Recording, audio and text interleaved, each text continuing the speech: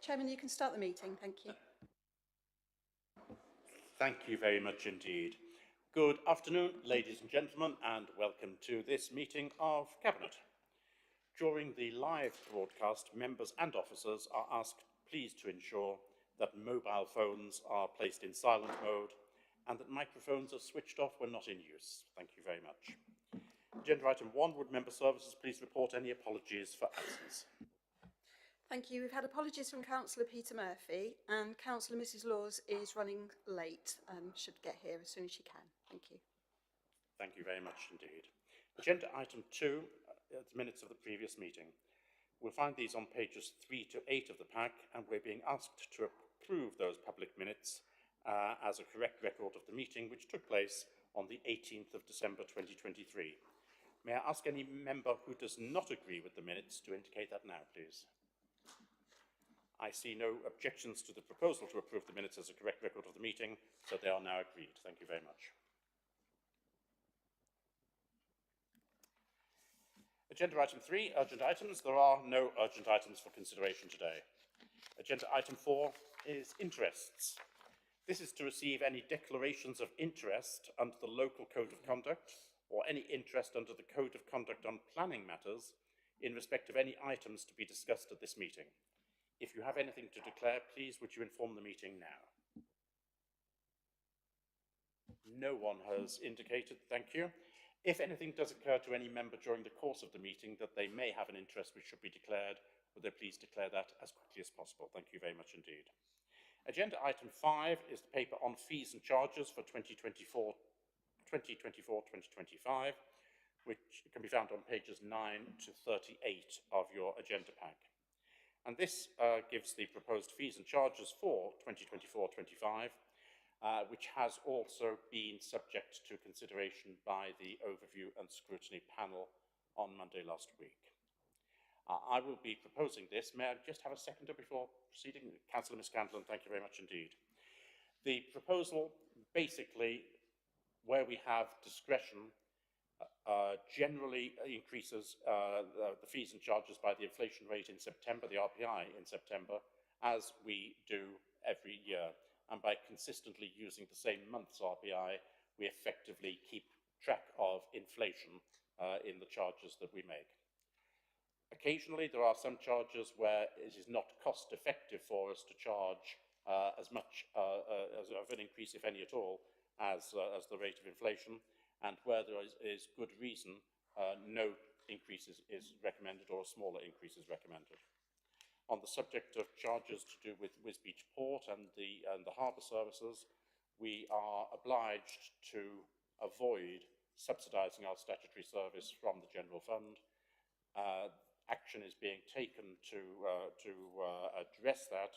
A report will be produced for Cabinet in the fairly near future on that subject, but as an interim measure, increases in those charges of 25% have been proposed.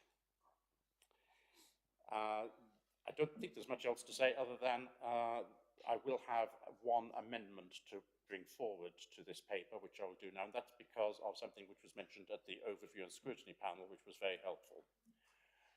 When we are talking about the fees and charges for our units and our office space, currently, we have an upper limit and a lower limit, which is stated in the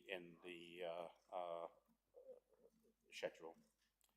What I'm proposing is that we should continue to expect that a market rent is obtained for new lettings or for renewals of leases, but that it's now inappropriate for us to have an upper limit, and that we shouldn't have an upper limit on any of those charges.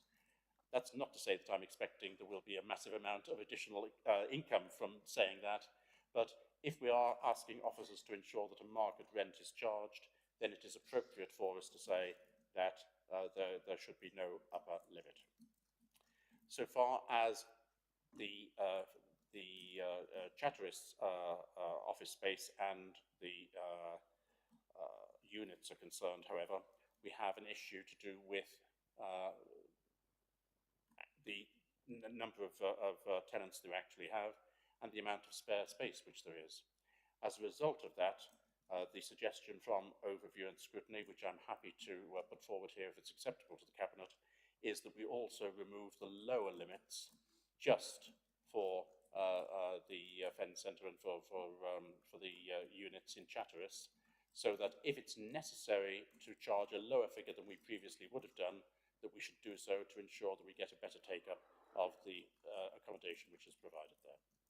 So that is a proposed amendment to these proposals we have in front of us. May I have a seconder for that? Councillor Hoy, I saw first. Does anyone wish to say anything about that proposed amendment? Councillor Benny? Yeah, thank you, Chairman. I've discussed this with Mark Greenwood, and these proposals make absolute sense to me. To maximise our rent and return, to remove the upper limit, as if not we're restricting the market, and where we haven't got full occupancy, we should be chasing full occupancy to try and get as much money in the South Ends. So I think this makes absolute sense, and I welcome this change. Thank you very much. Any other comment from any member of Cabinet?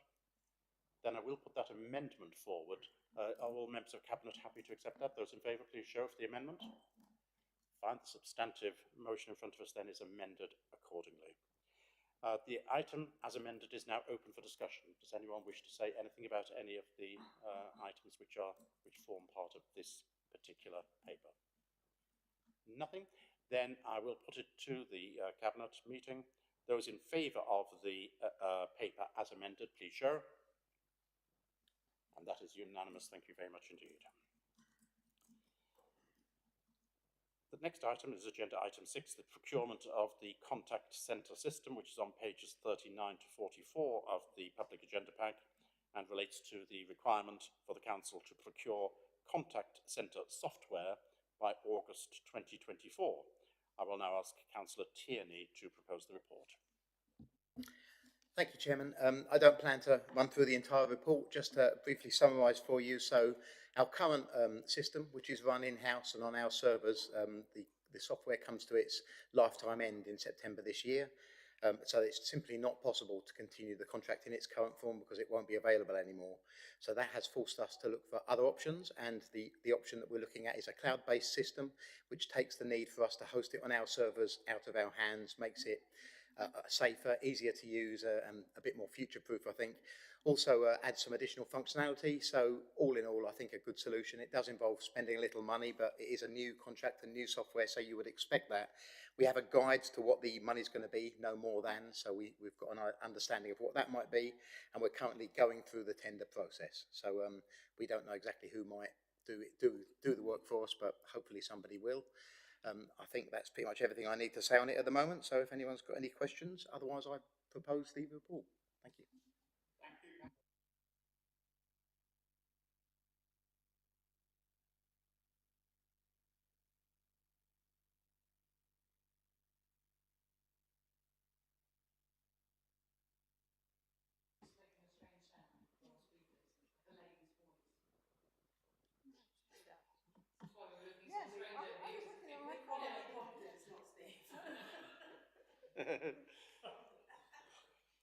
Well, sorry about the strange sound. I hope it didn't emanate from Councillor Tierney. I'm sure that Councillor Tierney will hear your comment and will take appropriate action to ensure that such extraneous sounds don't occur in the future. Councillor Mrs. French. Thank you, Leader. Can I ask Councillor Tierney, when you're looking at this, can you please look at these microphones? I tried to listen to overview and scrutiny last week, and I couldn't hear a thing. And normally I hear Chris very clear. I turned my computer up 100%, and I thought, I'm going deaf now. So please look at these. These are relatively new mics, but they're not fit for purpose, and it wasn't just ONES. This happens at other meetings. Councillor Tierney, can you explain the remit of this particular contract and the position as far as the microphone is concerned? Yeah, so this agenda item is for our telephony system and our contact centre system, so not quite involving the microphones here, but I take your point on board, and you're right. I do think we could all speak a little more clearly and loudly, and that would help, but you're right that they ought to pick up better, and we perhaps can tweak them a little bit. I'll talk to officers and see if maybe there's a volume that we can turn up a little to get some better results. Thank you. Thank you. Councillor Miscanlon. Thank you very much, Chairman. I think it's important that we do keep our telephonic systems up to date, and in view of the current systems going out of sync in September this year, I think it's important that we start now, we get it in place so that we aren't left with a rogue system when the other system goes out of things. So I think it's very important, and I agree with what Councillor French says. The microphone system in here is questionable and needs to be looked at, and I'm glad Councillor Tierney is looking at that system to see whether it can be improved. Thank you, Councillor Miscanlon, and congratulations on being the second member to get an item not relating to this particular contract into this debate. So well done. Councillor Tierney. Thank you, Chairman. Just to raise one more point, and I will be raising this with officers, but I know that some members of the public might be watching. Part of this involves the new telephony system, which will have a kind of a response system where you get answers on the phone that feed through. It's good because it lets us collect more data, which result about what the calls are, which helps us to identify what we need in future. But there is a danger in that some of these answer phone systems become frustrating for people using them. So it will be my challenge to officers to make sure that the work that we do keeps it minimal and helpful rather than frustrating and getting stuck in an endless loop of telephony. Thank you. That's extremely helpful. Thank you, Councillor Tierney. Having spent a good amount of time on Friday going through loops on the HMRC telephony system, I fully understand the comments that you're making. Are there any other comments from any members or questions? No? Good. Well, since there are no further speakers, the recommendation is on page 40 of your pack and requests the Cabinet contract with the preferred bidder once the tender evaluation process has been completed for the provision of its contact centre and telephony solution via the Crown Commercial Services RM6116 Lot 4B/C framework arrangements. Is this agreed? Those in favour, please show. That's agreed unanimously. Thank you very much indeed, members. Agenda item 7 is Wisbech High Street update, which is to be found on pages 45 to 66 of your agenda pack, and this relates to the ongoing work related to 11 to 12 and 24 High Street, Wisbech. May I ask Councillor Seaton to propose this report, please? Thank you, Chairman. This is an update report for the High Street of Wisbech. On 24 High Street, the progress is going forward very well. Piling is complete on the site and the base slab is being laid shortly, and progress is expected to accelerate now that the challenging groundworks have been completed. So I think that's a very positive report on 24. 11-12 High Street, slightly different. As colleagues have read, the Council has received a report from a consultant regarding potential options for 11-12 High Street site. The National Lottery Heritage Fund requested that the Council commission this report to give us guidance as to what would be appropriate on the 11-12 High Street site. As the report highlights, in terms of the building, either a 3 or a 4-storey building is suitable in this conservation area. With the design for a 5-storey already approved by Planning Committee, this is a third less attractive option. The report does not consider costs, only the impact of the building in the historic centre of Wisbech. To allow Cabinet to consider options further, I would like to have the options assessed for cost in order that Cabinet has an up-to-date cost for any options that Cabinet deem appropriate. This will then allow future decisions making using the necessary information regarding those costs. This work will also allow the Council to open more meaningful discussions with potential funding partners, including discussing any grant with the National Lottery Heritage Fund. So I would welcome a discussion regarding the options from colleagues and who feel that they are appropriate in giving the information contained with this report. Thank you, Chairman. Thank you, Councillor Seaton. May I have a formal seconder, please? Councillor Miscanlon, thank you very much indeed. Just 1 second, apologies.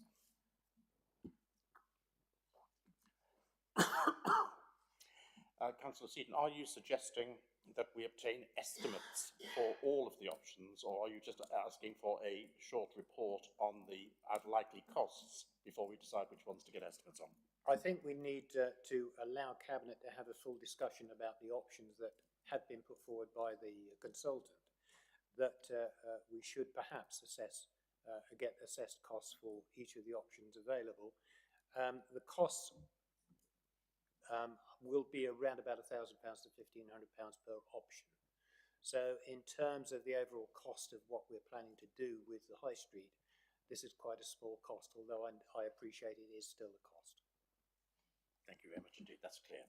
Right, I now open the agenda item for discussion. Councillor Hoy, you are first. Yeah, just on the summary analysis on page 63, I do want to just challenge a bit the how they've obviously rag rated it, and they've put it adverse for wider impact, and their analysis is because they think it harms the conservation area if you had a 5-storey building. I don't see how it could harm the conservation area any more than a massive load of scaffolding. I think, you know, what's there now is absolutely appalling, and so I don't think a 5-storey building could be any worse than that. Thank you, Councillor Hoy. Councillor Yes, I don't. Thank you, Chairman. I don't think they're saying that you know, that is better than leaving the scaffolding there. I think what the report is saying, and bearing in mind this is quite an experienced company that have dealt with these developments in the past, and also have a very strong relationship with the Heritage Lottery Fund as well, that the 5-storey building, you know, will not be better than having scaffolding there. But what they're saying is that actually the preferred option from their point of view is either a 3 or a 4-storey building. And that is their advice. Thank you, Councillor Seaton. Do you want to come back on that at all, Councillor Hoy? Yeah, just to say, I think we need to be a bit realistic though about costs, because I think the reason we said 5 stories in the beginning was because of the costs of it. And whilst 3 or 4-storey might be nice, if you were in a perfect conservation world, we also do have to consider the finances. And I think I'd rather see a 5-storey building there, if we can afford it, than to not be able to afford it and continue to have scaffolding there. Because if we can't afford the other options, we'll be left as the status quo a little bit. Councillor Hoy. Can I come back, Chairman? I mean, yes, that is the whole point of getting costings for all of the options, so that Cabinet members do have that information and can consider those costs when making a decision on which is the way forward. Thank you, Councillor Seaton. Councillor Tierney.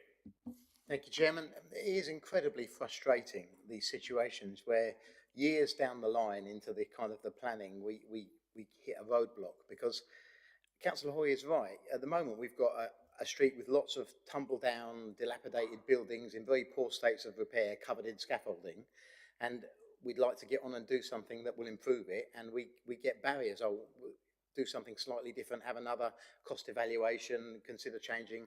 It really frustrates me, and I know it frustrates members of the public. It just seems like endless bureaucracy, where we really could get on and get some stuff done. Now, this is no criticism to Councillor Seaton, who's doing the best he can, but I think everybody finds it frustrating. And I did just want to add at the end that thank you so much, Councillor Seaton, for talking to, and the officers involved, for talking to the people doing the work and moving those scaffoldings when they were blocking the street, because that's been a huge improvement, very helpful. And in fact, the work they've done so far has not got greatly in the way. I think they're a real credit, and we've done well so far, but it is frustrating to get these obstacles. Thank you. Thank you, Councillor Tierney. Councillor Seaton, would you care to respond? Yeah, well, yes. I mean, thank you for that, Councillor Tierney. I mean, you're quite right. Actually, that's made a great difference, moving the scaffolding back off the pavement and allowing better access. And 24, I mean, they are working extremely hard on that, and they've had to deal with very adverse conditions of build, apart from the weather. So thank you for those comments. Thank you. Any other comments or questions from any members? No. Okay. Then we're being asked, first of all, we've got recommendations on page 46, and we're being asked to note the current position in relation to 24 High Street construction project in Wisbech High Street, which I take it we're all happy with. And we're also asked to having reviewed the consultant's report, to instruct officers to obtain estimates for which options we deem appropriate for future consideration. And the suggestion that was made by Councillor Seaton is that we ask for all 5 options to be estimated, including, I assume, the sub-options in option 5, so that that can come back to Cabinet in order that we may make a more informed decision about which option to go ahead with. Have I got that right, Councillor Seaton? Yes, thank you, Chairman. Thank you.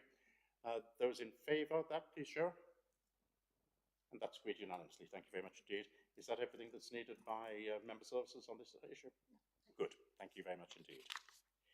Agenda item 8 is the draft 6-month Cabinet Forward Plan, which is to be found on pages 67 to 68 of the public agenda pack. Are there any questions or comments about this? None. The forward plan is therefore noted for information. Thank you. Under agenda item 9, there are no urgent items for discussion. Agenda item 10 is the exempt minutes, which are to be found on pages 69 to 70 of the private pack that you have. Now, this item is to consider the minutes of the meeting which took place in exempt session on the 18th of December 2023. And at that time, it was considered that the public interest lay in favour of exempting the item detailed in the confidential minutes with reference to paragraphs 3 and 5 of Schedule 12A of the Local Government Act 1972. The position remains unchanged, and it is therefore proposed that the exemption still applies. Is everyone agreeable to that? Councillor Hoy.